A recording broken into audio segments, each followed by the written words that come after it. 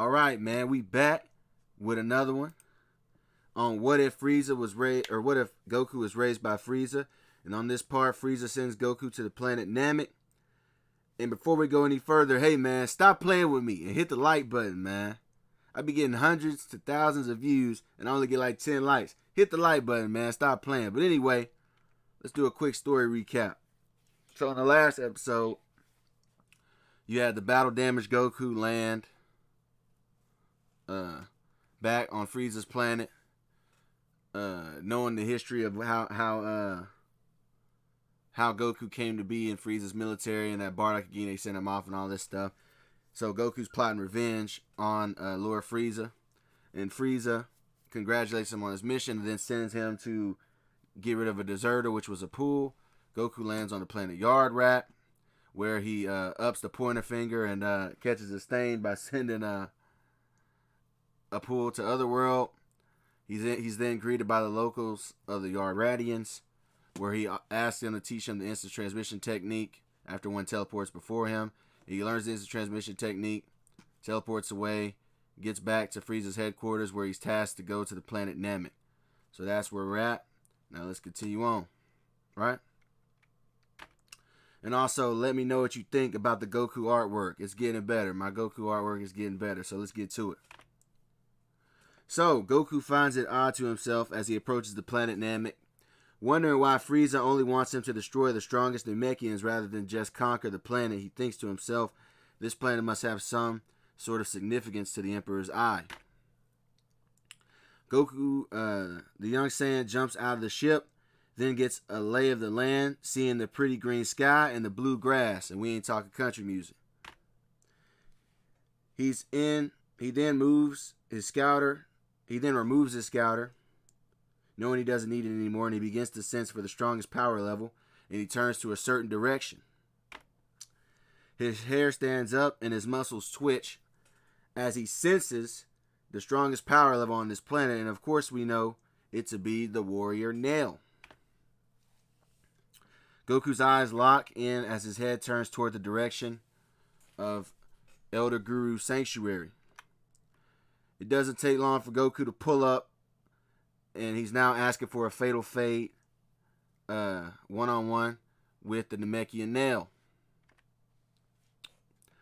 Now that Goku has the ability to sense power levels, he can tell that this will be one of his best fights he's ever had. Goku then eyes narrow into a serious expression on his face before he then asks Nail where he would like to be buried. You know, he gets to talking trash. Because I realized this version of Goku would be talking a lot of trash. And by the way, his name would be Kakarot. I'm just saying Goku because it's easier. But this would be, Goku would be talking trash because he's been learning from Frieza. And we all know Frieza's a trash talker. Nail puts on a stern face and asks if they can leave the premises because he doesn't want to damage Guru's establishment. Goku simply puts two fingers on his forehead, teleports to Nail, and then teleports them to a new location right outside of a Namekian village. The two warriors begin to square up, taking fighting stances. The battle begins, and it is immediately intense. Goku realizes that Nail's punches have power to them, so he then begins to avoid them with after images rather than block them. Right? Because his punches have some power, so he's bobbing and weaving. Whenever Goku sees openings, he ups the pointer finger and fires a death beam. But now Nail is proven to have endurance as well as regeneration in his catalog. Goku's face begins to show disappointment as the battle continues, as he turns to his green adversary and tells him he better use all his strength before it's too late. Nail then powers up, revealing a second wind in his full power, which puts a smile on his opponent Goku's face.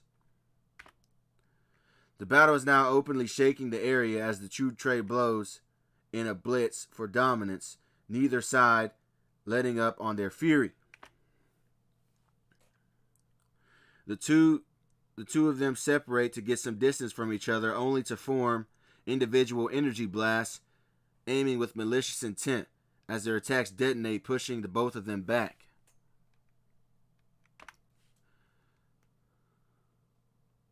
Goku then puts on a serious look on his face and begins to form an energy sword, similar to Saw's blade from the Cooler movie, or Goku Blast Blade, planning a fatal key shank attack. As his other hand forms the blade, his second hand touches his forehead as he begins to teleport, preparing his final blow. Nail simply smiles though, and then yells, "Gotcha!" Nail yells as he fires off his Mystic Flash attack,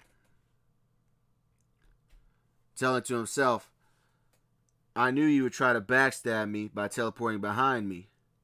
You shouldn't have shown me your teleportation technique. Taking me to this destination with that technique was a fatal mistake, but at least now it's over." The smoke clears to show the face of a damaged warrior with beast eyes, putting a shock on the green warrior's face. Goku has survived thanks to his Akari transformation that he had learned. In case you guys forgot or haven't seen the previous parts, Goku learned his transformation by sparring with Zarbon, alright, and was able to make the Akari form by seeing Zarbon's transformation. And it was the form that he used to defeat Vegeta, Nappa, and Raditz in the first episode of this series. So Goku chuckles aloud and tells him, I'll admit that last attack would have finished me off if I didn't use this form right before impact. Truthfully, I didn't want to have to resort to this form, and I wanted a fair fight because our power levels were pretty even without this form, but desperate times come for desperate measures, I suppose. At this point, now Nail is too fatigued to talk much more, so Goku charges up in energy in his fist, preparing a finishing blow. But just like I established on the first episode, Goku actually lets worthy opponents survive so they can get stronger for a rematch for another day. So he tells Nail that he would like to fight him again someday, looking down at his injured form.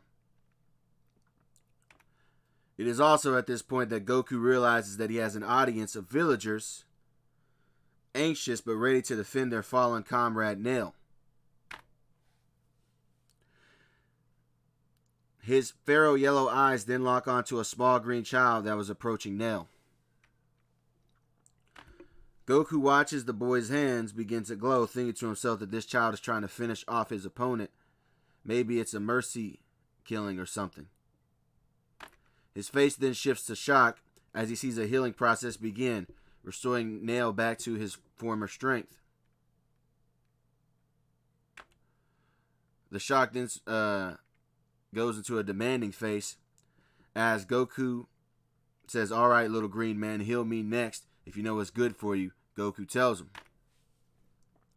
Dende then begins healing the foreign warrior in fear of for himself and the others.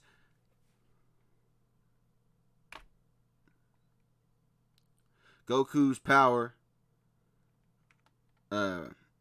rises even better than it was before he got there because of the Zenkai boost he was receiving. Goku then narrows his eyes as he thinks to himself and then begins to utter out loud, "Yes, this is going to be how I'm going to be able to be stronger than Frieza. I'm going to have to spam my Zenkai boost to farm XP."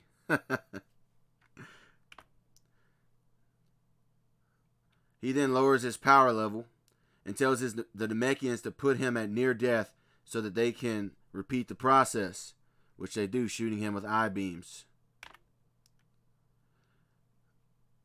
Dende is slightly confused at the sadism of this Saiyan warrior as he repeatedly and heavily is injured to his liking.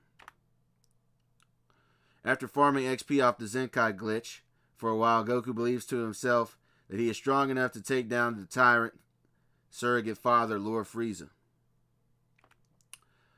Goku is then shown the Grand Elder Guru, who tells him about his planet's history, about the planet Namek's history, and he even tells him about the Dragon Balls, which then allows Goku to understand why Frieza didn't want him to take out all the inhabitants, but only the strong warriors, so that the lesser Frieza soldiers could do the work for Frieza on collecting the Dragon Balls. Goku then tells Guru why he's really there and that he plans on challenging Frieza after he leaves this planet, and that if he is to fail, the Namekians should hide and or destroy the Dragon Balls if it comes to it. No telling what Frieza could wish for. The Namekian people even make some clothes for the warrior as a symbol of peace for Kakarot. Kakarot looks at Dende and begins to think to himself that he has gotten stronger and learned more techniques by cooperating with alien locals, and that if he becomes emperor, he would like to learn more techniques in the universe of all the other planets. He then throws up the peace sign and teleports back to the spaceship, ready to depart to Frieza's headquarters for his hardest battle yet. Goku gazes up at the horizon, envisioning his up-and-coming battle with the Emperor of the Universe. In his spaceship, his eyes narrow as the planet Frieza and his men currently reside on comes into view. When he touches down on the planet, he senses 5 key signatures exiting the planet's atmosphere, and he thinks to himself, that must be the Ginyu Force. What are they doing here? Goku then bumps into Kui, so he decides to question Kui and ask him why is it that he doesn't sense Frieza's Arbonne or Dodoria on this planet, and also why was the Ginyu Force here and leaving. Kui responds to Goku, telling him that Frieza is currently on his way to the planet Namek, and that he just sent the Ginyu Force to conquer the planet Yard Rat. Goku's expression twists into one of rage as he flares his energy signature, putting fear in the eyes of Kui before blasting off towards his ship, leaving behind a scared Kui after getting a read on the angry Saiyan's power level. And that's where we're going to end things here, man. I hope you guys liked it, man. I'm going to come back with another one.